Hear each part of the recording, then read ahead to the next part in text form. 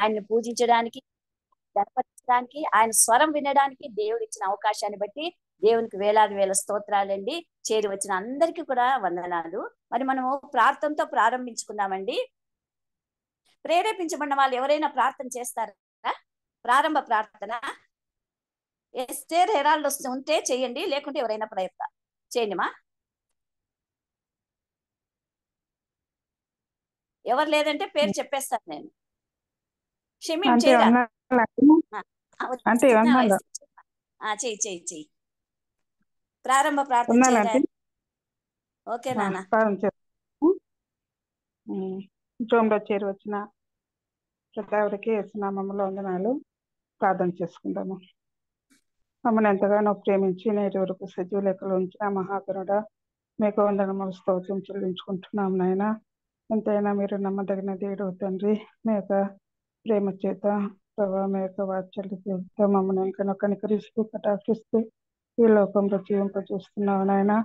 అది మీ చిత్తంలో ఏమై ఉంటున్నదో అది మేము గ్రహించుకుంటకు మరి యొక్క తరుణాన్ని మా జీవితాలలో అనుగ్రహించినందుకు స్తోత్రాలు. మీ చిత్తానుసారమైన జీవితం జీవిస్తూ ఈ లోకంలో మేము జీవించే భాగ్యం మాకు అనుగ్రహించమని వేడుకుంటున్నాం నాయన.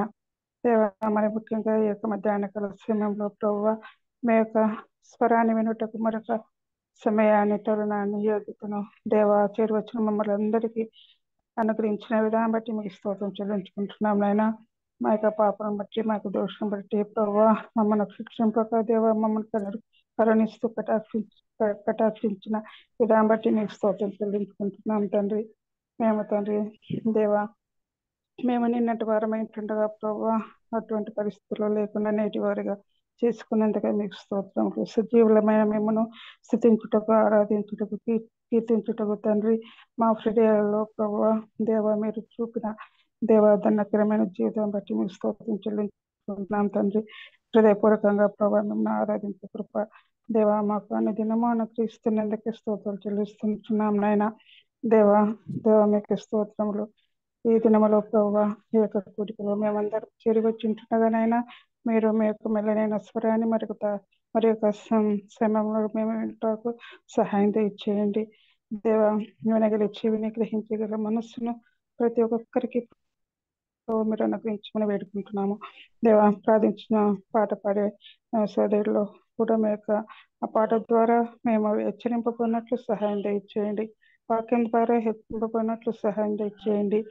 మాకు జీవితాలు ఏమైతే ఇంకా లోటుపాట్లు ఉన్నాయో అవన్నీ సరి చేసుకుని దేవ పరిశుద్ధులుగా ఈ లోకంలో జీవిస్తూ మీకు దేవ ఇష్టమైన బిడ్డలుగా ప్రభావ మాకు అనుగ్రహించిన ఈ యొక్క తరుణాన్ని బట్టి మీ స్తోత్రం చెల్లించుకుంటున్నాం నాయన. స్తోత్రాలు. ఈ యొక్క సమయంలో ప్రభావ యొక్క ప్రశస్తమైన సమయాన్ని మీ యొక్క భావులకు సమర్పించుకుంటూ చేరవచ్చిన ప్రతి బిడ్డను మీ యొక్క దీవంతో ఆశీర్వాదాలతో నింపండి నాయన. మమ్మల్ని బలపరచండి. ఆత్మీయ విషయంలో దినదినము మమ్మల్ని అభివృద్ధి వచ్చి మీకు సమీపిస్తులుగా చేసుకున్నందుకే మీకు స్తోత్రం చెల్లించుకుంటూ యేసుక్రీస్తు పరిశుద్ధ నామమున వేడుకుని ప్రార్థించుకుంటున్నాం తండ్రి. ఆమేన్. ఆమేన్. ఆమేన్. ప్రార్థించిన ఎస్టేర్ హెరాల్డ్ని బట్టి దేవునికి స్తోత్రాలు. మరి దేవుడు మరి ఇంకా పరిచయలో బాగా వాడుకోవాలని, చక్కటి ఆరోగ్యం ఇవ్వాలని, ఆమె సంతానాన్ని అంతా దేవుడు ఆశీర్వదించాలని మనస్ఫూర్తిగా నేను కోరుకుంటున్నానమ్మా. మరి ఇప్పుడు మనము పాట పాడుకుందాము. అందరికీ తెలిసిన పాటనే క్రైస్తవ సునాద కీర్తనల నుంచి 643 పాట పాడుకుందామండి. మనకందరికీ తెలిసిన పాటనే. ఒకసారి చాలా రోజులైంది ఈ పాట మనం పాడుకోక, కాబట్టి ఈ పాట పాడతాను. సిలువను మోసి లోకమును తల క్రిందలు చేయు తరుణమిదే. సిలువను మోసి లోకమును తల క్రిందలు చేయు తరుణమిదే. లేలెమ్ము సహోదరి నీత నుండి ప్రకటించుము యేసునామము. లేలెమ్ము సహోదరి నీత నుండి ప్రకటించుము యేసునామము. సోమరియేలా ప్రేంచెదవు ఈ ధరను లేపెడు సమయమే.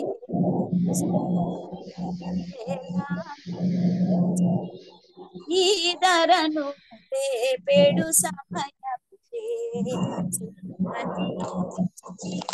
లోకములు తల క్రిందలు చేయు తరుణమిదే. పరిశుద్ధాత్మ కవచము తొడగి నీ నడుము కాటి తయారగుమా. విశ్వాసి ప్రతి వీధికి వెళ్ళి సువార్తను చాటెడు సమయమిదే. విశ్వాసి ప్రతి వీధికి వెళ్ళి సువార్తను చాటెడు సమయమిదే. సిలువను మోసి లోకమును తల క్రిందలు చేయు తరుణమిదే. లోకారక్షణకై ప్రభు యేసు వీకతో నరుదించెను ఈ ధరకు. వెలుగును మనకు నీచెను యేసు మన స్తుతులను పాడెడు సమయమిదే. వెలుగును మనకు నీచెను యేసు మన స్తుతులను పాడెడు సమయమిదే. సిలువను మోసి లోకమును తల క్రిందలు చేయు తరుణమిదే. పాతవి ఎల్లను గతించెనుగా పాత నిద్రను విడనాడు మికన్. పాతవి ఎల్లను గతించెనుగా పాత నిద్రను విడనాడు మికన్. సిలువా మర్మము నెరుగుము ఇప్పుడే కునికెడు సమయము కాదిది ప్రియుడా. సిలువా మర్మము నెరుగుము ఇప్పుడే కునికెడు సమయము కాదిది సహోదరి. సిలువను మోసి ఈ లోకమును తల క్రిందలు చేయు తరుణమిది. దేవునికి స్తోత్రం అండి.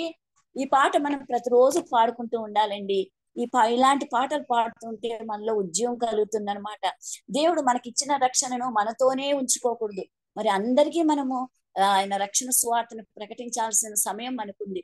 మనం ఎంతో సమయం వ్యర్థం చేస్తూ ఉంటాము. ఇరుపాపల్లి సామయ్యలయ్య గారని ఒక ఆయన ఉండేవాడు అనమాట. ఆయన చెప్పేవాడు, అమ్మా మీరు ఎప్పుడు బయటికి పోరు కదా, మీ ఇంటి దగ్గర పాలాయపు వస్తాడు, కూరగాయల వాళ్ళు వస్తారు, చాకలాయపు వస్తాడు, పని మనిషి వస్తుంది, వీళ్ళందరికీ దినం ఒక్క మాట యేసయ్యను గురించి చెప్తూ ఉండమ్మా. అదే కదా సువార్త అంటే. నువ్వు ఇంటికి వచ్చే వాళ్ళనే పక్కింటోళ్ళు వస్తారు, వాళ్ళు వస్తారు, భిక్షగాళ్ళు వస్తారు. ఆ కాలంలో భిక్షగాళ్ళు చాలా మంది వచ్చేవాళ్ళు, ఇప్పుడు భిక్షగాళ్ళు లేరులేండి. మరి వాళ్ళందరికీ యేసయ్యను గురించి ఒక సువార్త చెప్పండి. దేవుడు ఎందుకు మరి కార్యం జరిగించడు అనేసి ఆయన ఎప్పుడు చెప్పేవాడు అనమాట. నిజంగా భలే ఆశ్చర్యమైంది. ఆయన మన చుట్టుపక్కల మనమే ఇల్లు, ఆ కాలంలో స్త్రీలు ఎక్కువ బయటికి పోయే వాళ్ళు కాదే కదండి, మా అమ్మ వాళ్ళందరూ. అలాంటి సమయంలో ఆయన ఆ విధంగా చెప్పేవాడు అనమాట. ఇరుపాపల్లి సామయ్యలయ్య గారు. మరి ఇది వాస్తవంగా జరిగిందండి. మా అమ్మ ఇట్లే ఒక ఆయన భిక్షగాడు మరి ఆయన దేకుతూ వచ్చేవాడు అనమాట. భోజనానికి అరకు తినేకి వచ్చేవాడు. మా అమ్మ ప్రతిరోజు ఆయప్పకు అన్నం పెడుతూ వాక్యం చెప్తాను. ఆమె వాక్యం చెప్తుంటే మేమందరం ఏంది అడక తినే ఆయప్పకు వాక్యం చెప్తున్నావే అనేసి అంటుంటే వినంగా ఆయన విశ్వాసము స్థిరపడిందండి. నిజంగా ఒక 10 రోజులు ఆయన రాలేదు. 10 రోజులు రాకపోతే ఏమబ్బా ఎప్ప రాలేదని మా అమ్మ ఎదురు చూస్తాను భిక్షగాని కోసం. 10 రోజుల తర్వాత వచ్చినాడు. కొంచెం బాగా ఇట్లా నడుచుకుంటా వచ్చినాడు. వచ్చి ఏం ఇన్ని రోజులు ఎక్కడికి పోయినావంటే, అమ్మా నాకు యేసయ్య దర్శనం ఇచ్చినాడమ్మా, నాకు 3 రోజుల్లో బాగా అయిపోతుందని చెప్పినాడమ్మా. ఇదిగో నేను లేచి ఇప్పుడు నిలబడుతున్నాను చూడండి. లేచి నిలబడి అమ్మా నడుచుకుంటా పోయినాడమ్మా. చూడండి, మనం అంటాం భిక్షగాళ్ళని హేళనగా చూస్తాము, తక్కువగా చూస్తామండి. యేసయ్యకు అందరూ సమానం. నువ్వు కలెక్టర్ అయినా, మరి ప్రెసిడెంట్ ఆఫ్ ఇండియా అయినా, ప్రెసిడెంట్ ఆఫ్ అమెరికా అయినా, ఎవరైనా కానీ ఆయనకు అందరూ సమానమే. అందరి కోసం ఆయన రక్తం కార్చిన దేవుడు కదా. నా కళ్ళారా చూసినానండి ఈ సాక్ష్యం మాత్రం. నేను అప్పుడు 8th, 9th, 10th చదువుతుంటే నేను మరి ఈ విధంగా చూడండి. మరి ఈ సువార్త స్త్రీలమైన మనం చెప్పాల్సిన సువార్త ఇదే కదా. సిలువను మోసి ఈ లోకాన్ని తలక్రిందలు చేయాలి. ఏ టైంలో అయినా మనం ప్రార్థన చేయండి. ఒక వ్యక్తిని ఎన్నుకొని ప్రార్థన చేయండి. దేవుడు తప్పకుండా, ఒకవేళ మనకు అది కనిపించకపోవచ్చు కానీ ఆ కార్యం తప్పకుండా జరుగుతుందండి. కాబట్టి ప్రార్థనలోను సువార్త పరిచర్యలోను స్త్రీలమైన మాత్రం తక్కువగా ఉండకూడదు. కాబట్టి మరి విశ్వాసంతోనూ పట్టుదలతోనూ రోషంతోనూ మనం దేవుని సేవ చేసే స్త్రీలుగా ఉండాలి. దేవునికి స్తోత్రం అండి. ఇప్పుడు మనము వాక్యం వినబోతున్నాము. మన ప్రియ సహోదరి విజయ్ గారు విజయవాడ. మరి సహోదరి ఇది వరకు మరి వాక్యం చెప్పారు, మరి విన్నాం కూడా. మనము సాక్ష్యం కూడా చెప్పారు, సాక్ష్యం కూడా విన్నాను, నాకు గుర్తుంది. మరి ఇప్పుడు కెజమ్మ గారు ఏమైనా పరిచయం చేస్తారేమో. కెజమ్మ గారు పరిచయం ఉన్నామా? కెజా విజయ్ గారు ఉన్నారా? ఆంటీ ఉన్నానండి, ఉన్నావమ్మా? సరేమ్మా. కెజమ్మ గారు నీ గురించి ఏమన్నా పరిచయం చేస్తారేమో. పరిచయం చేసిన తర్వాత వాక్యం పంచుకున్నానా? కెజా లేనట్టుందిమా, బిజీ ఉంటారు. ఓకేమ్మా, సరేమ్మా. కెజా విజయ్ గారు, మీ గురించి మీరే 2 మాటలు పరిచయం చేసుకొని వాక్యము అందించండి మా. సరే, ఈ సమయం మీకు ఇస్తున్నాము, మీరు పంచుకోండి మా. ఓకే. ప్రభువైన యేసుక్రీస్తు నామంలో చేరి వచ్చిన మీ అందరికీ కూడా వందనాలు తెలియచేస్తూ ఉన్నానండి. నాకు ఈ సమయాన్ని ఇచ్చిన మరి కెజి ఆంటీకి నా హృదయపూర్వకమైన వందనాలు. మరి సమస్తమైన మహిమ ఘనత ప్రభావాలు దేవునికే చెల్లును కాక. మరి నేను ఇది 3వసారి ఈ ప్రేయర్ వారియర్ లో నేను అందించడానికి దేవుడు ఇచ్చిన అవకాశం. అయితే ఆంటీ నాకు మధ్యాహ్నం 1 గంట టైంలో కాల్ చేసి చెప్పారు, అరే ఈరోజు కొద్దిగా వాక్య సందేశాన్ని అందించు అని ఆంటీ చెప్పారు. ఆంటీ చెప్పిన మాట మేరకు తప్పకుండా ఆంటీ మరి ప్రభు సహాయం చేస్తారు, చెప్తాను అనేసి చెప్పి మరి దేవుడు నాకు ఇచ్చిన మరి మాటలను బట్టి మీతో పంచుకోవాలని ఆశపడతా ఉన్నాను. నా పేరు కెజియా అండి, మా వారి పేరు విజయ్ కుమార్. మరి నాకు 2 పిల్లలు. బాబు ఇంటర్మీడియట్ ఫస్ట్ ఇయర్ చదువుతున్నాడు, ఒక బాబు. రెండో బాబు 9th క్లాస్ చదువుతా ఉన్నాడు. అయితే మేము ఈ విజయవాడలోనే కొద్దిగా కొన్ని కిలోమీటర్స్ దూరంలో, సిటీ అవుట్స్కట్స్ అన్నమాట అది. అక్కడ అడవి అని ఒక ప్రాంతం ఉంది. అక్కడ ఎవరు నివాసాలు ఉండరండి. అంటే కొన్ని మామిడి తోటలకి, పామాయిల్ తోటలకి కాపలాదారులుగా కొన్ని గృహాలు కట్టుకొని ఉంటారనమాట. అక్కడక్కడ కొంతమంది ఉంటారనమాట. వాళ్ళు బయటికి రావడానికి ఉండదు. ఆ తోటలకు కాపలాదారులుగా వాళ్ళు ఉంటూ ఉంటారు. మరి అక్కడ వారి మధ్య పరిచర్యను మరి వెళ్ళి కొనసాగిస్తూ ఉన్నాము. మరి అక్కడ సంఘం ఏర్పడింది. పరిచర్య కూడా అభివృద్ధికరంగా, ఆశీర్వాదకరంగా మారుతా ఉంది. దేవుడు తన పనిని మరి అనేక మంది రక్షణ పొందాలి అని తన పనిని దేవుడు జరిగించుకుంటూ ఉన్నాడు. అయితే కొన్ని లేఖన భాగాలు మనం విందాం. నేను చాలా చిన్నదాన్నండి ఆత్మీయ జ్ఞానంలో. మరి అంత నాకు మర్మాలు అవేమీ తెలియదు. అయితే మాట్లాడేది నేను కాదు, దేవుడు కనుక. దేవుడు మనల్ని ఉద్దేశించి దేవుడు మనకి చేయాల్సింది, మనమేమి చేస్తున్నాము, మనమేమి చెయ్యాలి అనేది, దేవుడు మనకిచ్చిన రక్షణను మనం ఎలా చేస్తున్నాము అనేది కొన్ని విషయాలు మనం లేఖన భాగాల్లో నుంచి మనం చూసుకున్నాం. చూడండి, మత్తయి సువార్త 4వ అధ్యాయం. మత్తయి సువార్త 4వ అధ్యాయం. నా వాయిస్ బాగా వినపడుతుందండి? వినిపిస్తోంది మా, వినిపిస్తోంది. మత్తయి సువార్త 4వ అధ్యాయం 18వ వచనం నుంచి నేను చదువుతాను, జాగ్రత్తగా మీరు కూడా ఆలకించండి. యేసు గలిలయ సముద్ర తీరంలో నడుచుచుండగా పేతురు అనబడిన సీమోను, అతని సహోదరుడైన ఆంద్రేయ అను 2 సహోదరులు సముద్రంలో వలవేయుట చూచెను. వారు జాలరులు. ఆయన, నా వెంబడి రండి, నేను మిమ్మల్ని మనుషులను పట్టు జాలరులుగా చేతునని వారితో చెప్పాను. వెంటనే వారు తమ వలలు విడిచిపెట్టి ఆయనను వెంబడించిరి. ఆయన అక్కడి నుండి వెళ్లి జబదయి కుమారుడైన యాకోబు, అతని సహోదరుడైన యోహాను అను మరి 2 సహోదరులు తమ తండ్రి అయిన జబదయి యొద్ద దోణిలో తమ వలలు బాగు చేసుకొనుచుండగా చూచి వారిని పిలిచెను. వెంటనే వారు తమ దోణెను తమ తండ్రిని విడిచిపెట్టి ఆయనను వెంబడించిరి. లేఖనాల కోసం చిన్న ప్రార్థన చేసుకున్నాం. పరిశుద్ధాత్మ సహాయం కోసం. సర్వోన్నతుడా, సర్వాధికారి, గనుడా, మహోన్నతుడా, మీ ఘనమైన ఉన్నతమైన గొప్ప నామాన్ని బట్టి ప్రభువా మీకు వందనాలు, మీకు స్తుతులు, స్తోత్రాలు చెల్లిస్తూ ఉన్నాం తండ్రి. ఈ సాయంకాలం వేళ నా నాయన మీ పాదాలు పట్టుకుంటున్నాం ప్రభువా. మేము మీ మాటలు వినాలని మేము ఆశతో వచ్చి ఉన్నాం. మీరు భూమి మీద ఉన్నప్పుడు ప్రభువా ఎక్కడ ఉంటే మీరు అక్కడికి అనేక మంది జన సమూహం మీ మాటలు వినడానికి పెందల కడ వచ్చారు ప్రభువా. అయ్యా మేము కూడా మీ సన్నిధిలో కూర్చున్నాం ప్రభువా, మీ మాటలు వినాలని. మీరు మమ్మల్ని దర్శించండి, మీరు మాతో మాట్లాడండి తండ్రి. అయ్యా మరి ప్రభువా నేను మరి మంటి ఘట్టాన్ని ప్రభువా మీ మహిమేశ్వరితో నింపి మా హృదయాలకి ఏమి కావాలో మా ఆత్మీయ లోపాలను సరిచేస్తూ మమ్మల్ని గద్దిస్తూ నా నాయన మా ఆత్మీయ స్థితిగతిని మాకు తెలియచేస్తూ మీరు మాట్లాడమని ప్రార్థిస్తూ ఉన్నాం తండ్రి. అయ్యా మీ లేఖనాలు గొప్ప గని ప్రభా, వాటిని అర్థం చేసుకునే జ్ఞానం మాకు లేదు, వాటిని వివరించే జ్ఞానం మాకు లేదు ప్రభా. మీరే మీ పరిశుద్ధాత్మని సహాయంతో మా అందరితో కూడా దర్శించి మాట్లాడుతూ ఉన్నందుకు మీకు వందనాలు, మీకు స్తోత్రాలు చెల్లించుకుంటూ ఉన్నాం. చేరి వచ్చిన ప్రతి ఒక్క బిడ్డను బట్టి కూడా మీకు వందనాలు ప్రభా.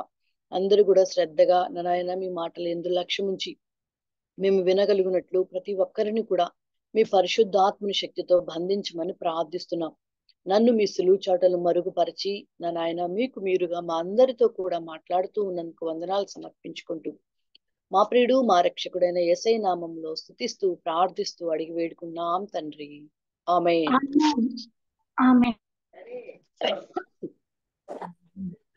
ఇవన్నీ కూడా మనకి తెలిసిన లేఖన భాగాలేనండి. మనం చాలా విషయాలు మరి ఎస్తేర్ పెరేరా వారు చాలా అమూల్యమైన సందేశాలు మరి ఆంటీ నిర్వహిస్తున్న ఈ జూమ్ మరి కార్యక్రమంలో చాలా అద్భుతమైన వాక్య సందేశాలు మనం వింటూ వస్తూ ఉన్నాము. దాన్ని బట్టి దేవుని నేను ఎంతగానో స్తుతిస్తూ ఉన్నాను. మరి ప్రతిరోజు కూడా మరి మరి విసుగు విరామం లేకుండా ప్రోగ్రామ్ ని మరి ఆంటీ రన్ చేస్తూ చక్కగా మనకి మరి వాక్య సందేశాలను మనకి ఇంటిలోకే మన ముందుకే మరి వాక్యాన్ని అందిస్తూ ఉన్నారు. అందుని బట్టి దేవునికే మహిమ కలుగును గాక. అయితే ఇక్కడ మత్తయి భక్తుడు కొన్ని విషయాలు ఇక్కడ రాయడం జరిగింది. యేసు ప్రభు వారు 40 దినాలు ఉపవాసం ఉండి తర్వాత ఆయన మొట్టమొదటిగా చేసిన ప్రక్రియ ఏంటి అంటే సువార్త ప్రకటన. ఇక్కడ సువార్త ప్రకటన చేయడం జరిగింది. ఆయన సువార్త ప్రకటన చేస్తూ ఉన్న ఈ క్రమంలో ఆయన ఎక్కడికి వచ్చారు సువార్త ప్రకటించడానికి? పట్టణాలు వెళ్ళలేదండి, పల్లెలు వెళ్ళలేదు, మరి అనేక ప్రాంతాలకి మరి ఓడ ప్రయాణం చేసి వెళ్ళలేదు. కానీ తన ముందు, తన దగ్గర, తన చుట్టూ ఉన్న ప్రాంతంకే యేసు ప్రభు వారు ఇక్కడ వచ్చినట్లుగా మనకి కనబడుతుంది. యేసు గలిలయ సముద్ర తీరంలో నడుచుచుండగా యేసు ప్రభు ఎక్కడికి వచ్చారండి సువార్త ప్రకటించడానికి? సముద్ర తీరం దగ్గరికి వచ్చారు. సముద్రం దగ్గర ఎవరుంటారండి? అనేక మంది మనుషులు ఉంటారా? వ్యాపారస్తులు ఉంటారా? ఎవరు ఉంటారు? చేపలు పట్టేవాళ్ళు ఉంటారు. యేసు ప్రభు వారి హృదయం దీన్ని బట్టి మనకు ఒకటి అర్థమవుతుంది ఏంటి అంటే ఆయన ప్రతి ఒక్కరు కూడా ఆయనకి కావాలి. ఏ వ్యక్తి కూడా భూమి మీద ఆయన నుండి దూరంగా జీవించడానికి ఆయనకి ఇష్టం లేదు అనేది అర్థమవుతుంది. ఎందుకంటే సముద్రం దగ్గరికి వచ్చి వాళ్ళు జాలరులైన వాళ్ళ దగ్గరికి వచ్చి ఎవరు మాట్లాడరు, ఎవరు ఏమి సంభాషించరు, వస్తారు, చేపలు కొనుక్కుంటారు, వెళ్ళిపోతారు, అంతవరకే. కానీ ప్రభు అయిన యేసుక్రీస్తు వారు జాలరుల దగ్గరికి యేసు ప్రభు వారు వచ్చినట్లుగా మనకి ఇక్కడ లేఖనాలు గమనిస్తున్నాం. వాళ్ళ దగ్గరికి వచ్చి వాళ్ళతో ఏమన్నారండి చూడండి. సీమోను అతని సహోదరుడైన ఆంద్రియా అను 2 సహోదరులు సముద్రంలో వల వేయుట చూచెను. యేసు ప్రభు 2 సహోదరులు బ్రదర్స్ ని చూచాడంట. వాళ్ళు వల వేయుట సముద్రంలో. వాళ్ళెవరు? జాలరులు. అయితే వాళ్ళను చూచి ఆయన అక్కడ చూడండి 19వ వచనములో ఆయన అనుండి హైఫ నుండి నా వెంబడి రండి, నేను మిమ్మల్ని మనుషులను పట్టు జాలర్లుగా చేతునని వారితో చెప్పాను. వెంటనే వారు తమ వలలు విడిచిపెట్టి ఆయనను వెంబడించిరి. ఈ జాలరులతో యేసు ప్రభు వారు కొంత సంభాషించినట్లుగా మనకి ఇక్కడ లేఖనాలు మనం అర్థం చేసుకోవచ్చు. కొంత హైఫన్ ఇచ్చారు అంటే ఆ జాలర్లకి మరి యేసు ప్రభు వారికి కొంత సంభాషణ జరిగినప్పుడు వాళ్ళు యేసు ప్రభు మాటలు వినిన వెంటనే వాళ్ళు చేసిన పని ఏంటి అంటే వాళ్ళ వలలు విడిచిపెట్టారు. వాళ్ళ వలలు విడిచిపెట్టారండి. అంటే వల అనేది ఏంటి అంటే లోకము. వల అనేది ఏంటండి? లోకము. ఇప్పుడు ప్రపంచమంతా దేని చుట్టూ తిరుగుతుంది? నెట్, బ్రాడ్బ్యాండ్ నెట్ చుట్టూ కూడా ప్రపంచమంతా తిరుగుతుంది. ప్రపంచ మనుషులందరూ కూడా దాని చుట్టే తిరుగుతున్నారు. యేసు ప్రభు వారు వారితో ఏం మాట్లాడుండొచ్చు? లోకంలో ఉండే జీవిత విధానం గురించి, లోకంలో ఉండే పరిస్థితుల గురించి, మనం మరణించిన తర్వాత జరిగే స్థితుల గురించి మాట్లాడి ఉండవచ్చు. వాళ్ళు వెంటనే తమ వలలు విడిచిపెట్టి ఆయనను వెంబడించిరి. అంటే వాళ్ళు వల అనే లోకాన్ని వాళ్ళు విడిచిపెట్టి ఆయనను వెంబడించినట్లుగా ఇక్కడ లేఖనాలు మనం చూస్తున్నాం. జ్ఞాపకం ఉంచుకోండి, వల అనేది లోకము అనేది జ్ఞాపకం ఉంచుకోండి.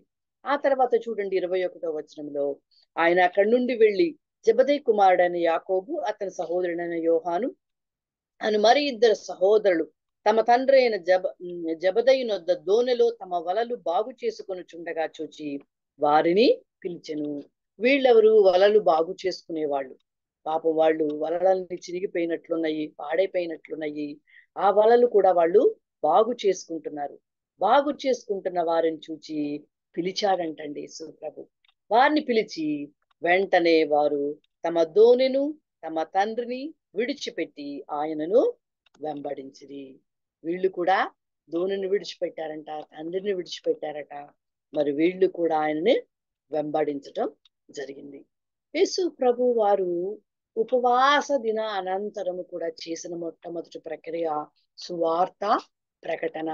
రక్షణలోనికి అనేక మందిని నడిపించటం కోసం ఆయన ప్రయాసపడినట్లుగా గమనిస్తున్నాం. అంతేకాదు మన రక్షణార్థం మనం రక్షించబడటం కూడా ఆయన శిలువ మరణాన్ని జయించారు, సమాధిని జయించారు, శిలువ శ్రమను కూడా ఆయన అనుభవించారు. శిలువ శ్రమలో నుంచి మనం ఈ రీతిగా ఈ రోజు ఇక్కడ కూర్చున్నామండి. ఆయన శిలువ రక్తధారల్లో నుంచి, ఆయన శరీర రక్తధారల్లో నుంచి మనం ఈ రోజు ఇక్కడ కూర్చోగలిగామండి. ఆయన శిలువ భారంలో నుంచి మనం ఇక్కడ కూర్చోగలిగాం. యేసు ప్రభు వారు మనల్ని ఆ రీతిగా రక్షించుకున్నారు. ఆ రీతిగా రక్షించుకుని వీళ్ళు ఎవరు అని చెప్పారండి? వీళ్ళు జాలరులు. జాలరులు ఏం చేస్తారండి? చేపలు పడతారు. పట్టిన చేపల్ని వాళ్ళు ఏం చేస్తారు? గంపలో వేస్తారు. పట్టిన చేపల్ని వాళ్ళు ఏం చేస్తారు? వలలో పట్టిన చేపలను గంపలో వేస్తారు. అలానే ఈ శిష్యులు కూడా వాళ్ళు పట్టిన చేపల్ని గంపలో వేసుకున్నవాళ్ళు. ఏంటవి? చేపలు. ఏంటండి అవన్నీ? చేపలని గంపలో వేసుకున్నట్లుగా ఇక్కడ మనం చూస్తూ ఉన్నాం.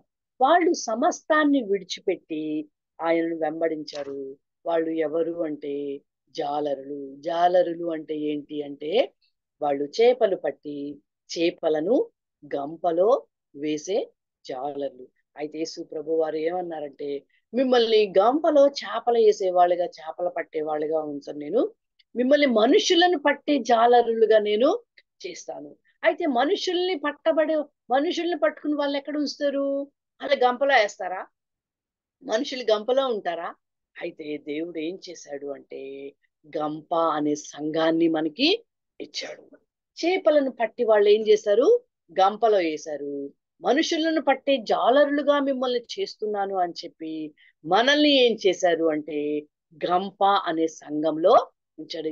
ఈ రెండు మాటలు మీ వెనికిడిలో జాగ్రత్తగా జ్ఞాపకం ఉంచుకోండి. ఏంటి అంటే వల అనే లోకంలో నుంచి దేవుడు కూడా తన శిలువ రక్తము చేత మనల్ని కూడా ఏం చేశారు అంటే గంప అనే సంఘంలో కూడా మనల్ని యేసు ప్రభు వారు మనల్ని ఉంచారు. ఇప్పుడు మనం అందరము కూడా ఎక్కడున్నామండి? మన ఇళ్లలో మనం ఆరాధన చేసుకుంటున్నామా? మనందరినీ దేవుడు తన స్వరక్తం ఇచ్చి సంపాదించిన సంఘములో దేవుడు మనల్ని ఉంచాడు అన్నమాట. అంటే కాసేపు మనం జాలర్లు ఏ రీతిగా చేపలను గంపలో వేశారో అలానే యేసు ప్రభు వారు మనల్ని కూడా, చేపలైన మనలను కూడా సంఘము అనే గంపలో యేసు ప్రభు వారు ఉంచారు. మరి మీ ఇష్టం, మీకు ఇష్టమైన చేప పేరు మీరు పెట్టుకోండి. ఆ చేప అన్నమాట మీరు. దేవుడు సంఘంలో, గంప అనే సంఘంలో మనల్ని ఉంచాడు. అంటే మనం ఎవరమండి? ఇప్పుడు చేపలు. గంపలో ఏముంటాయి? చేపలు ఉంటాయి. లోకంలో అనే వల నుంచి దేవుడు మనల్ని విడిపించి తన స్వరక్తం ఇచ్చి సంపాదించుకున్న సంఘములో, గంప అనే సంఘములో దేవుడు మనల్ని ఉంచాడు. అయితే ఇక్కడ ఒక ప్రత్యేకమైన విషయాన్ని దేవుడు మనతో సంభాషించేది ఏంటి అంటే, గంప అనే సంఘంలో మనం ఉన్నాము, కరెక్టే. చేపలుగా మనము గంప అనే సంఘంలో మనం ఉన్నాము. అయితే మత్తయి భక్తుడు ఈ 28 అధ్యాయాల అన్నిటిలో కూడా మత్తయి భక్తుడు కొన్ని రకాల చేపలను గురించి ఇక్కడ రాశారు. అదే మార్కు భక్తుడు రాశారు, లూకా గారు కూడా రాశారు. కానీ అయితే మత్తయి భక్తుడు కొంత ఎక్కువ కొన్ని చేపల గురించి ఇక్కడ రాయడం మనము ఈ మత్తయి సువార్తలో గనక మనం గమనించినట్లయితే, మత్తయి భక్తుని యొక్క విశేషాత్మక మత్తయి సువార్తలో కొన్ని రకాలైన చేపలను గురించి ఇక్కడ చెప్పాడు. ఆ రకాలైన చేపలు ఏంటి అనేది మనం గమనిద్దాం. చూడండి, చేప అంటే ఎవరు అంటే మనమే. సంఘంలో ఉంటున్న మనము, గంప అనే సంఘంలో ఉంటున్న మనము. ఇది మర్చిపోవద్దు, జ్ఞాపకం ఉంచుకోండి. చూడండి, లేఖనాలు గమనిద్దాం. ఇదే మత్తయి సువార్త 14వ అధ్యాయం. ఇదే మత్తయి సువార్త 14వ అధ్యాయం. చూడండి, 14వ అధ్యాయం 17వ వచనం నుంచి నేను చదువుతాను. చూడండి. వారు ఇక్కడ మన యొద్ద 5 రొట్టెలు 2 చేపలను తప్ప మరేమీ లేరని ఆయనతో చెప్పిరి. అందుకు ఆయన, వాటిని నా యొద్దకు తెండని చెప్పి పచ్చిక మీద కూర్చుండడం జనులకు ఆజ్ఞాపించి, ఆ 5 రొట్టెలను 2 చేపలను పట్టుకుని ఆకాశం వైపు కన్నులెత్తి ఆశీర్వదించి ఆ రొట్టెలను విరిచి శిష్యులకిచ్చెను. శిష్యులు జనులకు వడ్డించిరి. వారందరూ తిని తృప్తి పొందిన తరువాత మిగిలిన ముక్కలు 12 గంపలు నిండా ఎత్తిరి. స్త్రీలను పిల్లలను గాక తినిన వారు ఇంచుమించు 5,000 మంది పురుషులు. చూడండి, ఇక్కడ మనకి చేపలు కనబడుతున్నాయి. 2 చేపలు, 5 రొట్టెలు 2 చేపలు. ఈ 2 చేపలు కూడా తినడానికి సిద్ధంగా ఉన్నాయన్నమాట. యేసు ప్రభు వారు ఇలా 2 రొట్టెలు ఉన్నాయి, 5 రొట్టెలు 2 చేపలు ఉన్నాయి ఏమన్నారు? వాటిని నా యొద్దకు తీసుకురండి అని చెప్పారు. అంటే ఏంటి? Ready to eat. అంటే అవి తినడానికి సిద్ధంగా ఉన్న చేపలు. మనం తినడానికి సిద్ధంగా ఉన్న చేపలను ఎలా తయారు చేసుకుంటామండి? ఈ విషయం మీరు మర్చిపోవద్దు. గంప అనే సంఘంలో మనం ఉన్నాము అనే మాట మీరు మర్చిపోవద్దు అనమాట. అయితే తినడానికి ఉన్న చేపలను, మనము తినడానికి తెచ్చుకున్న చేపలను మనం ఏం చేస్తామండి? ఫస్ట్ వాటిని క్లీన్ చేసేస్తాము. వాటిలో ఉన్న మలినము, మస్టు అంతటిని కూడా క్లీన్ చేసి శుభ్రంగా, వాసన లేకుండా, తినడానికి ఇంపుగా, తినడానికి మంచి వాసన వచ్చే ఫ్లేవర్డ్ గా దాన్ని ఏం చేసుకుంటాం? మనం ఫ్రై చేసుకుంటాం, కూర చేసుకుంటాం. ఇక్కడ కూడా వీళ్ళు కాల్చబడిన చేపలు, ఆ రోజుల్లో ఏం చేసుకునేవాళ్ళు? చేపలని కాల్చుకొని తినేవాళ్ళు. ఇక్కడ కాల్చబడిన చేపలు తినడానికి సిద్ధంగా తెచ్చుకున్నారు.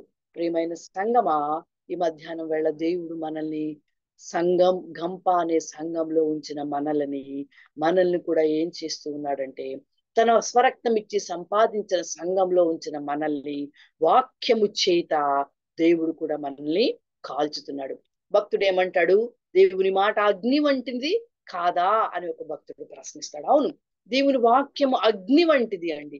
అదేం చేస్తుంది అంటే మనలో ఉన్న మలినాన్ని తీసేస్తుంది, మనలో ఉన్న లోపాన్ని చూపిస్తుంది, మనల్ని సరిచేస్తుంది, మనలో ఉన్న మనల్ని శుద్ధి చేస్తుంది. భూమి మీద ఏ ఒక్క ఆయుధము కూడా, ఏ ఒక్క పదార్థము కూడా, ఏ ఒక్క వ్యక్తి యొక్క మాట కానీ మానవుని మనసుని, మానవుని హృదయాన్ని శుద్ధి చెయ్యలేదండి, క్లీన్ చెయ్యలేదు. కేవలము దేవుని వాక్యము మాత్రమే ఆ విధంగా చేస్తుంది. ఇవి కాల్చబడి తినడానికి సిద్ధంగా ఉన్న చేపలు అన్నమాట. సంఘములో దేవుడు తన స్వరక్తం ఇచ్చి సంపాదించుకున్న సంఘంలో మనము ఉంటూ ఉన్నప్పుడు మనము కూడా మన జీవితాలు ఎలా ఉండాలి అంటేనండి, వాక్యము చేత మనము కాల్చబడిన వారంగా ఉండాలా. వాక్యము చేత మనము సువర్ణముగా మారిపోవాలా. మన మాటలు ఇతరులకి మాదిరికరంగా కనబడాలా. మన ప్రవర్తన ఇతరులకి ఆనందాన్ని కలిగించేదిలాగా ఉండాలా. మన విధానాలు, సంఘంలో మనం చేస్తున్న పరిచర్య ఇతరులకు స్ఫూర్తినిచ్చేదిగా కనబడాలా. ఇక్కడ ఆహారానికి ఇక్కడ 2 చేపలు వచ్చాయి.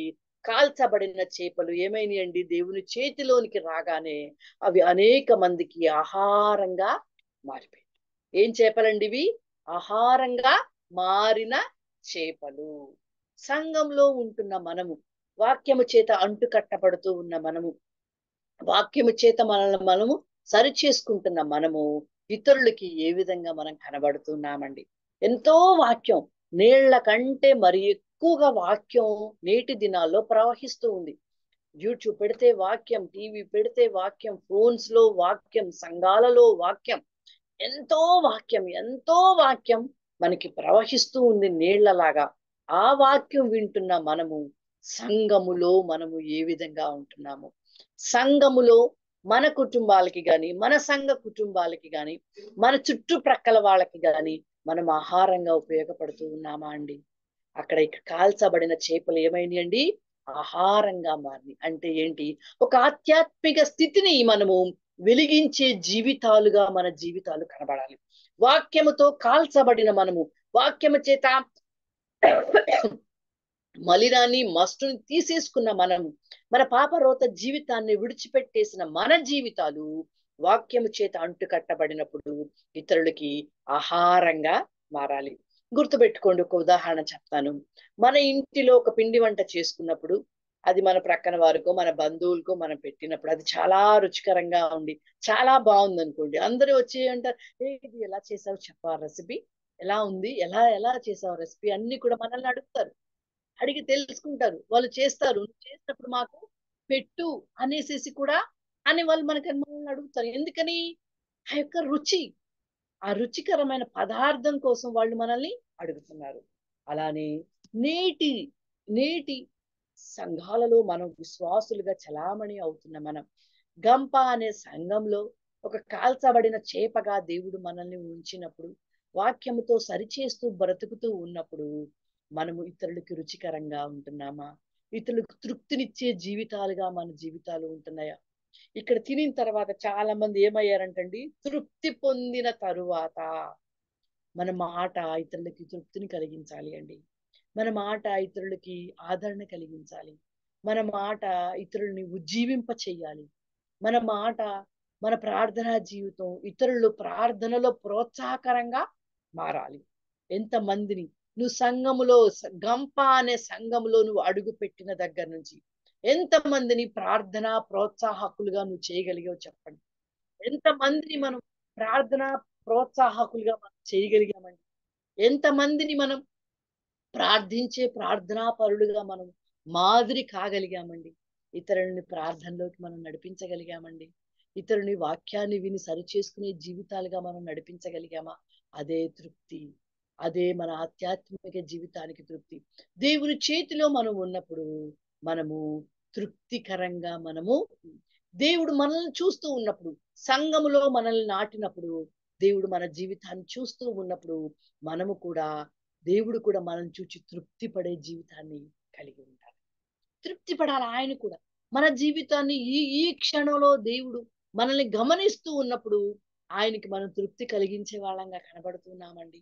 యేసు ప్రభు వారు తన ప్రయాణంలో ఏం చెప్తున్నారు? రక్షణ మార్గాన్ని, మారు మనసు తగిన జీవితాన్ని దేవుడు అనేక మందిని నడిపించినట్లుగా మనం చూస్తున్నాం. అయితే మీరు నన్ను ఒక ప్రశ్నించచ్చు, ఏమనొచ్చు, అమ్మా ఆయన దేవుని కుమారుడు కాబట్టి ఆయన మాట ఇతరులని ఆ విధంగా చేస్తుంది. అయితే దేవుని కుమారుడు కాబట్టే ఆయన మాటలు ఆ విధంగా దేవుని మాటలు వినే కదా మనము కూడా సంఘములో చేర్చబడ్డాము.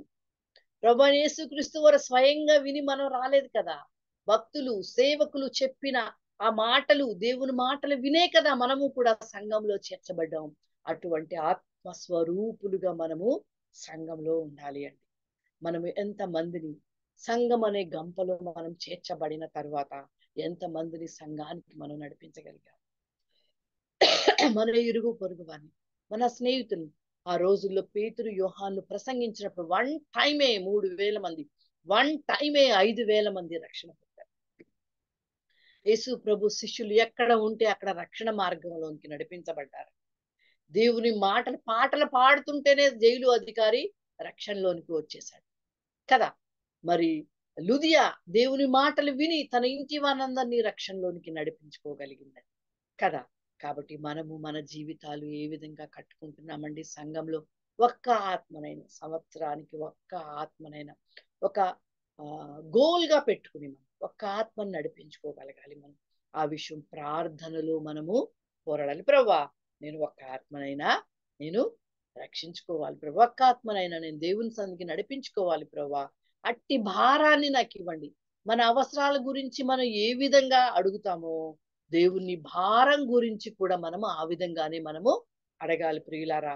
మన అవసరాల గురించి ఏ విధమైన కన్నీటి ప్రార్థనతో మనం అడుగుతామో ఆత్మల భారం గురించి కూడా మనము దేవుని సన్నిధిలో మనము అడగవలసిన అందుకు దేవుడు నిన్ను సంఘములో ఉంచాడు. గంప అనే సంఘములో దేవుడు మనల్ని కాల్చబడిన వాక్యము చేత కాల్చబడిని వాక్యము చేత మన మనలను తీసేసి వాక్యము చేత మనల్ని శుద్ధులుగా చేసి మనల్ని ఏం చేశాడు అంటే ఇతరులకి ఆహారంగా మారే చేపగా దేవుడు మనల్ని సంఘంలో ఉంచాడు అన్నమాట. ప్రియమైన సహోదరి సహోదరులారా, మరొక విషయాన్ని కూడా మనము గమనిద్దాం. ఇదే మత్తయి భక్తుడు మరొక చేపను గురించి కూడా మనకి తెలియచేశాడు. ఇదే మత్తయి సువార్త 17వ అధ్యాయం. ఇదే మత్తయి సువార్త 17వ అధ్యాయం చూడండి. 17వ అధ్యాయం 35వ వచనం. అతడు ఇంటిలోనికి వచ్చి మాటలాడక మునిపే 34 నుంచి చదువుతాను, జాగ్రత్తగా వినండి. మీరు కూడా లేఖనాన్ని చూడండి. వారు కపెర్నహూమునకు వచ్చినప్పుడు అరశెకెలు అను పన్ను వసూలు చేయువారు పేతురు నొద్దకు వచ్చి, మీ బోధకుడు ఈ అరశెకెలు చెల్లింపడా అని అడుగగా చెల్లించునను. అతడు ఇంటిలోనికి వచ్చి మాట్లాడక మునిపే యేసు ఆ సంగతి ఎత్తి, సీమోను, నీకేమి తోచుచున్నది? భూరాజులు సుంకము పన్నును ఎవరి యొద్ద వసూలు చేయుదురు? కుమారుల యొద్దనా అన్యుల యొద్దనా అని అడిగాను. అతడు అన్యుల యొద్దనే అని చెప్పగా, యేసు అలాగైతే కుమారులు స్వతంత్రులై ఆయనను మనము వారికి అభ్యంతరము కలుగు చేయకుండానట్లు నీవు సముద్రమునకు పోయి గాలము వేసి మొదట పైకి వచ్చు చేపను పట్టుకుని దాని నోరు తెరచిన ఎడల 1 షెకెలు దొరుకును. దానిని తీసుకుని నా కొరకును నీ కొరకును వారికిమ్మని అతనితో చెప్పాను. ఇక్కడ చూడండి, ఇక్కడ మరొక చేప మనకి ఇక్కడ లేఖనాల్లో కనబడుతుంది. ఇక్కడ పన్ను చెల్లించాల్సిన అవసరత ఏర్పడింది. అయితే మరి సీమోన్ని వాళ్ళు అడిగారు, అయ్యా ఈ బోధకుడు పన్ను చెల్లించాలి. చెల్లిస్తారు అని చెప్పాడు. అయితే ఆ సంగతి దేవుడు ముందే యేసు ప్రభు వారు ఎరిగి సీమోను చెప్పక ముందే ఆయనే సీమోనుతో చెప్పి, నువ్వు వెళ్ళి సముద్రంలో మొదట వచ్చు చేపను తీసి ఏమన్నాడు చూడండి. అక్కడ మొదట వచ్చు చేపను పట్టుకుని దాని నోరు తెరచినెడలా 1 షెకెలు దొరుకును. ఆయన సర్వాంతర్యామి అండి. ఆయన సమస్తము కూడా ఆయనకి తెలుసు. కాబట్టి ఆయన చూడండి, నోరు తెరచిన ఎడల 1 షెకెలు దొరుకును అని చెప్పి అది నీకు నాకు పన్ను కట్టమని చెప్పినట్లుగా ఇక్కడ గమనిస్తున్నాం. ఇక్కడ మరొక చేపను మనము చూస్తూ ఉన్నాము. అయితే ఈ చేప ఏం చేసింది అండి? ఈ చేప ఎప్పుడు మిగిందో 1 షెకెలు మింగేసింది. అది యేసు ప్రభు వారికి తెలిసింది. పాప అది కడుపులోనికి లోపలికి మింగలేదండి, నోటిలోనే పెట్టుకుంది. అయితే యేసు ప్రభు వారు ఏం చెప్పారు? నీవు వెళ్ళి దాని నోటిలో చెయ్యి పెట్టి 6 షెకెలు తీయమని చెప్పారు. చూడండి, చేప నోటిలో సీమోను చెయ్యంతా పెట్టి 6 షెకెలు తీసినప్పుడు ఆ చేప చచ్చిపోద్దా బతికిద్దండి? చచ్చిపోద్ది. బతికిద్దా? దాని నోరంతా చీల్చబడిపోతుంది. పాపం అది ఆ చేప చచ్చిపోతుంది. 6 షెకెలు సీమోను తీసుకున్నాడు. సీమోను ఆ చేపను ఏం చేసుంటాడు? ఇంటికి తీసుకెళ్లి కూర వండుకుని తినుంటాడు. మరెవరికైనా దాన్ని ఇచ్చేస్తుంటాడు. అయితే యేసు ప్రభు వారు తనని వెంబడించటం వల్ల యేసు ప్రభు వారికి తను అడగక ముందే ఆయనే తన అవసరతను గుర్తించి ఏం చేశాడు? నువ్వు వెళ్ళి నీకు నాకు పన్ను కట్టు. ఇదేం చేప అండి? అవసరము తీర్చిన చేప. సంఘములో, గంప అనే సంఘములో మనం ఉంటూ ఉన్నప్పుడు చేపలుగా విశ్వాసులనే చేపలుగా సంఘములో మనం ఉంటూ ఉన్నప్పుడు దేవుడు మనల్ని ఏం చేస్తాడు అంటేనండి, మన అవసరాలు తీర్చే వారిగా ఉంచుతాడండి. అవసరాల గురించి లబోదిబో మొత్తుకునే వాళ్ళుగా మనల్ని ఉంచాడండి. దిక్కుమాలిన వాళ్ళుగా దేవుడు మనల్ని ఉంచడు అండి. మన అవసరాలు తీర్చే దేవుడుగా. ఎప్పుడు? సంఘములో నువ్వు కాల్చబడిన చేపగా ఉన్నప్పుడు, సంఘములో నువ్వు ఇతరులకి ఆహారంగా మారినప్పుడు, సంఘములో నువ్వు ఇతరుల్ని దేవుని సన్నిధికి నడిపించే చేపగా నువ్వు ఉన్నప్పుడు, సంఘములో ఇతరులకు తృప్తినిచ్చే జీవితం కలిగి ఉన్నప్పుడు, దేవుడు కూడా నిన్ను చూచి తృప్తి కలిగి జీవిస్తుంది నా బిడ్డ అని దేవుని ఆలోచనలోనికి మనం వెళ్ళినప్పుడు దేవుడు ఏం చేస్తాడు అంటేనండి, అమ్మా సౌండ్ రావటం లేదురా. చేయడు. దేవుడు మన అవసరాలను కూడా దేవుడు తీరుస్తాడు.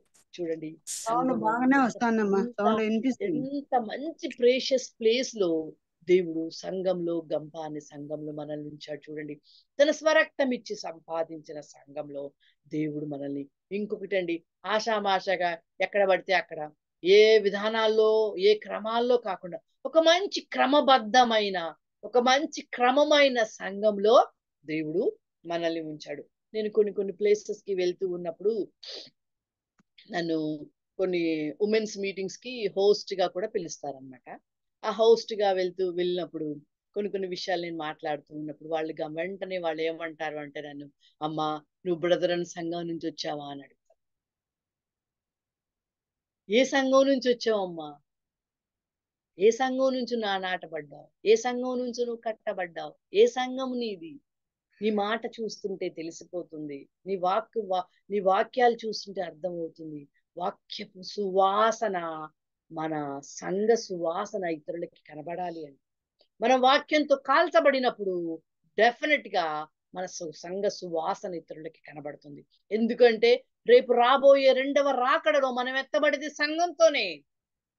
మన బిల్డింగ్ లో మనం ఎత్తబడమండి, మన బంగ్లాలో మనం ఎత్తబడమండి, మనం నిర్మించుకున్న కోటలో మనం ఎత్తబడమండి, సంఘంతో మనం ఎత్తబడతాం. సంఘంతో ఎత్తబడే మనము సంఘంలో ఏ విధంగా ఉంటే ఎత్తబడతామండి? ఎత్తబడతాం వాక్యము చేత కాల్చబడిన వారమే. ఇతరులకి ఆహారంగా మనం మారాలి. అంతేకాదు ఇతరుల అవసరాలకి కూడా మనము ఉపయోగపడేలాగా కూడా ఉండాలి. దేవుడు మన ఇతర అవసరాలు కూడా తీర్చగలిగే వాళ్ళిగా కూడా దేవుడు మనల్ని చూస్తాడు. పాపం సీమోను అడగలేదు, అయ్యా నేను కూడా పన్ను కట్టాలి అని అడగలేదు. ఆయన్ని వెంబడిస్తూ తిరుగుతున్నాడు. అంతే, ఆయనే మనల్ని చూచాడు.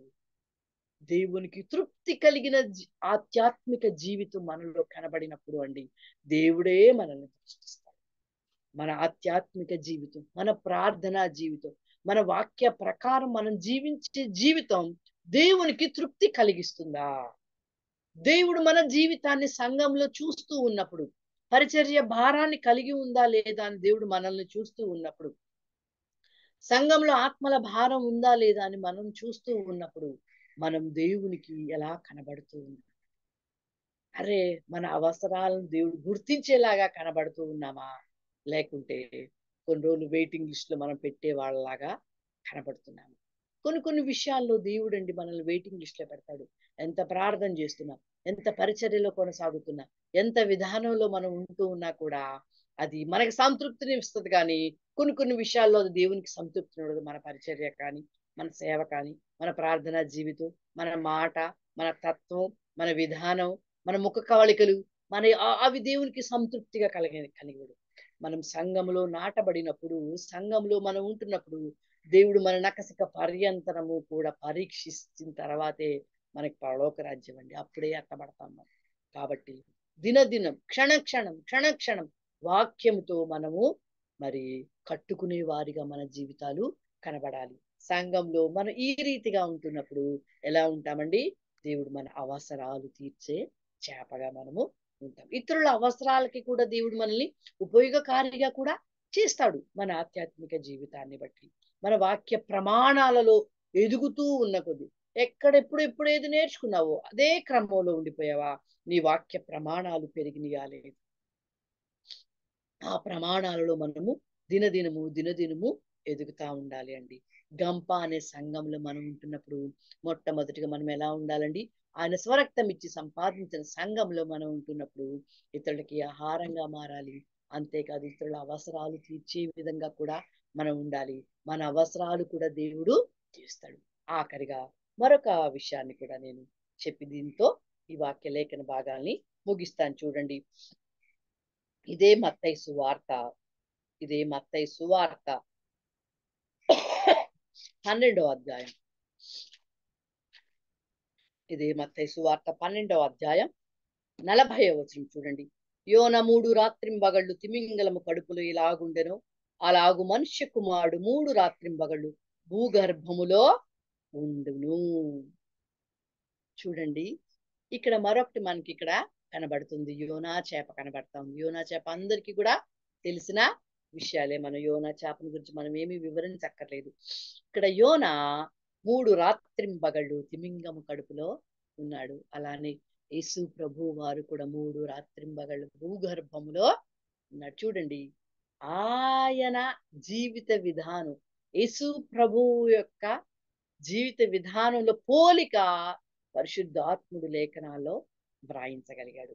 ఆయన కడుపులో 3 దినాలు ఉన్నాడటండి. ఎవరు? యోన. ఎవరి కడుపులో? చేప కడుపులో. తిమింగలము చేప కడుపులో ఉన్నాడు. ఇప్పుడు కొన్ని విషయాలు మనం గమనిద్దాము, చేపను గురించిన విషయాలు. మరి ఈ చేప, దేవుడు చెప్పాడు, ఏమని చెప్పాడు తిమింగలానికి? నువ్వు వెళ్ళి అక్కడ యోనా పడతాడు కాబట్టి యోనాని నేను ఎందుకు లేఖనాలు తీయట్లేదు, ఎందుకంటే అవన్నీ మనకు తెలిసిన విషయాలే కదా అని చెప్పి అన్నప్పుడు, మరి తిమింగలము దేవుని ఆజ్ఞను విన్నది. ఓడ కోసం ఎదురు చూస్తా ఉంది. ఏ ఓడలో నుంచి యోనా పడతాడా? ఎన్నో ఓడలు ఉంటాయి ఆ సముద్రంలో, ఎన్నో ఓడలు ఉంటాయి సముద్రంలో.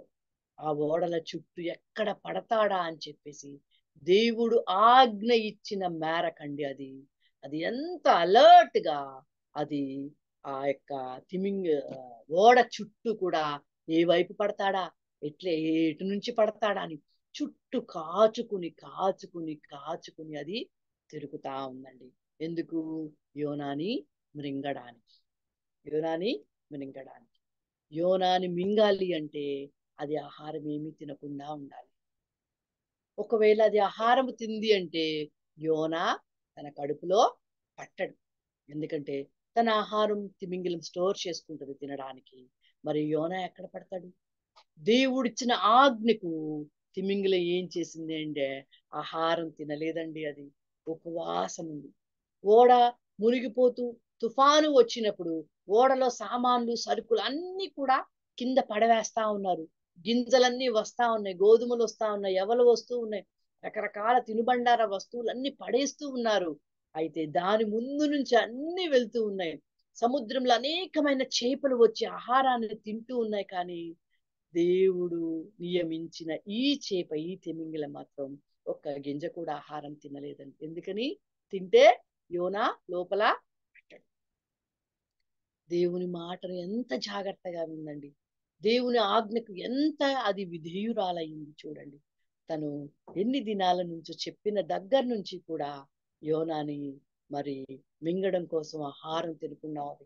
తన తోటి చేపలన్నీ కూడా పక్కన అని ఉండవచ్చు ఏమని, ఎందుకు నువ్వు తినవు, చూడు విస్తారం వచ్చింది ఆహారం, మనకి విస్తారంగా వచ్చింది ఆహారం, తిను తిను తిను అని అన్ని ఎంకరేజ్ చేస్తా ఉండవచ్చు.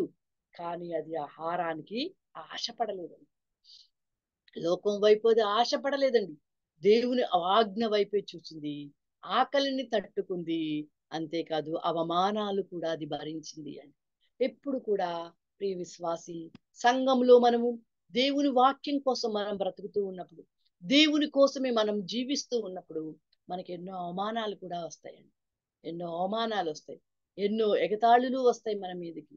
విశ్వాసులకే, సేవకులకి కానివ్వండి, విశ్వాసులకి కానివ్వండి, ఎవరికైనా దేవుని కోసం బ్రతికే బ్రతుకులో మన చుట్టూ కూడా ఇవన్నీ ఉంటాయండి. దేవుని ఆజ్ఞను పాటించే వాళ్ళగా, దేవుని వాక్యాన్ని తూచా తప్పకుండా మనము నెరవేర్చే వారిగా కనబడుతూ ఉన్నప్పుడు ఇవన్నీ కూడా వస్తాయి. ఈ తిమింగిలము చుట్టూ ఎన్నో చేపలు పాపం అడిగి ఉంటాయి, కానీ అది తినలేదు.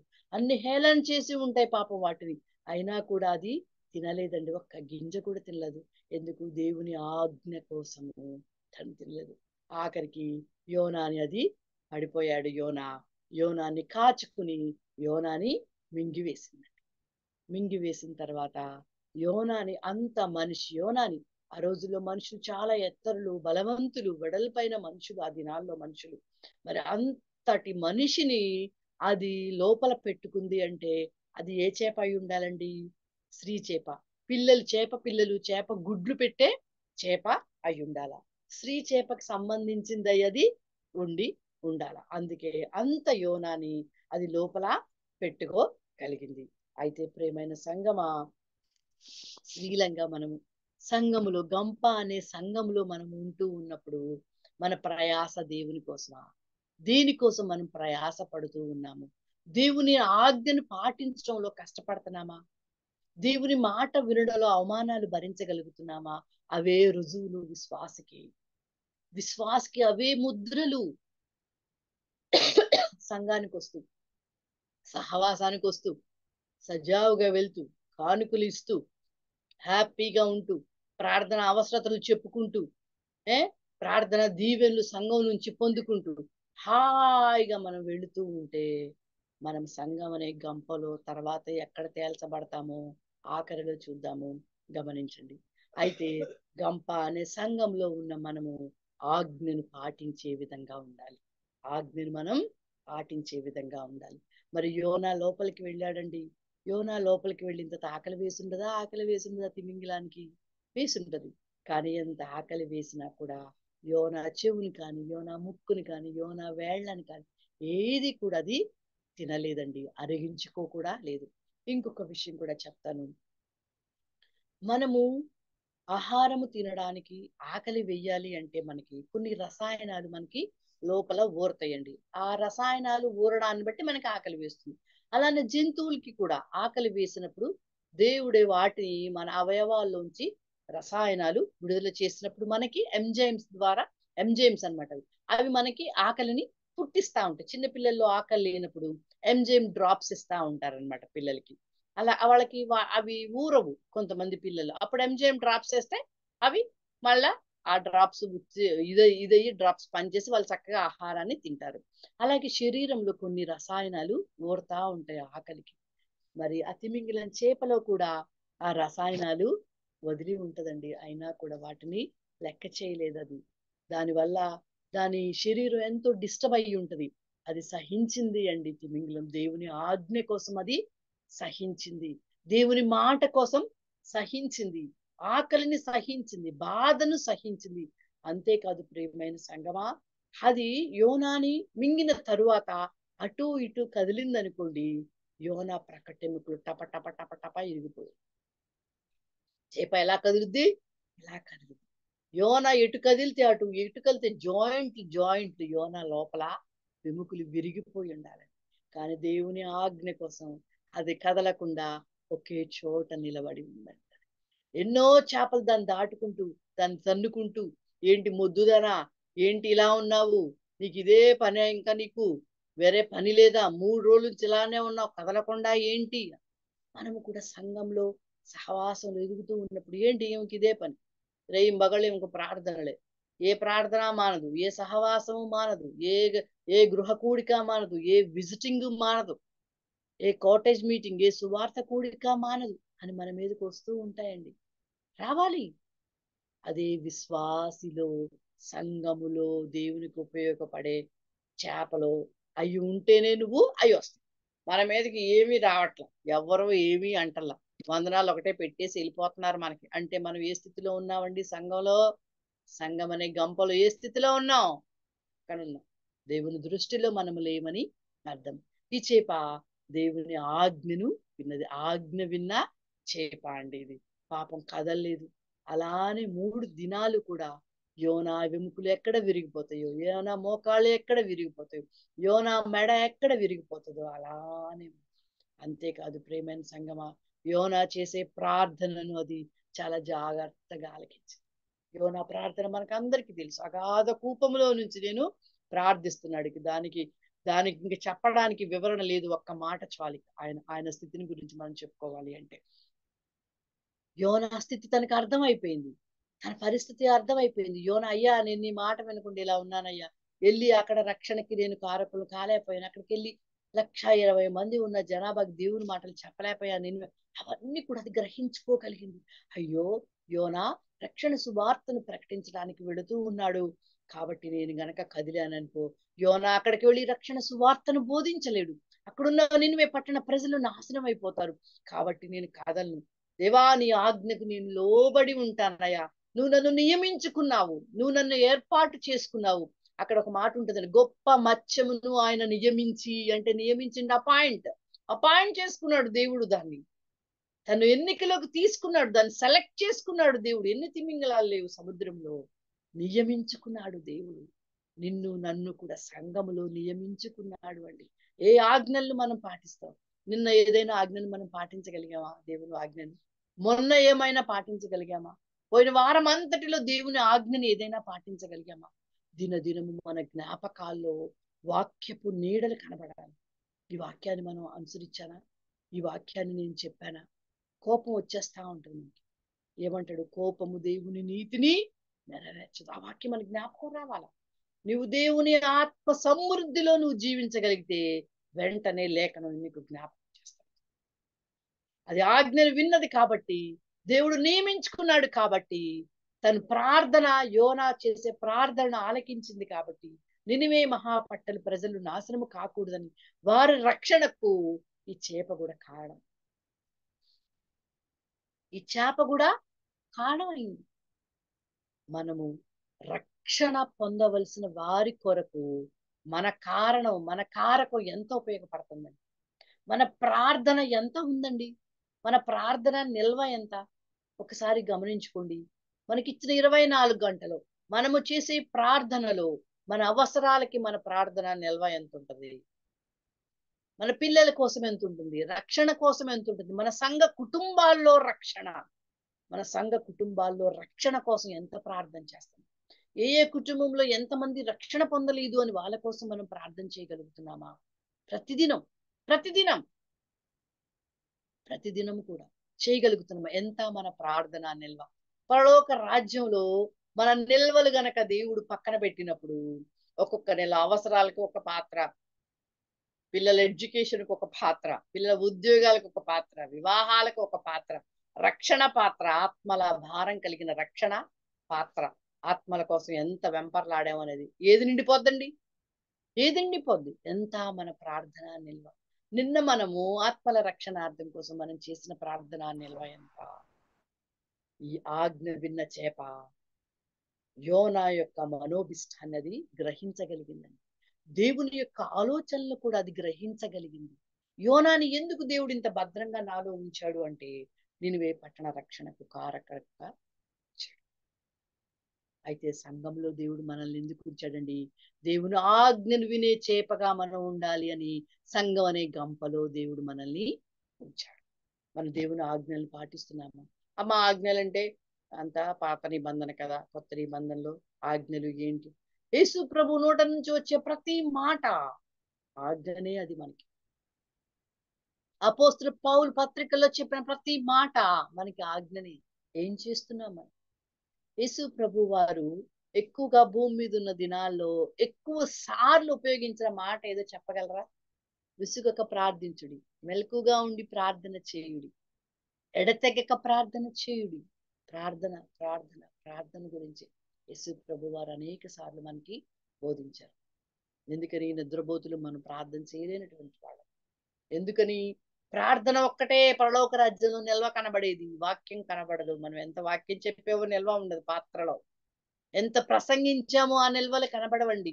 ఎంత ప్రయాసపడి పనిచేసామో ఆ నిల్వలు కనబడవు. ఆత్మలు కనబడతాయి, ప్రార్థన నిల్వలు కనబడతాయి.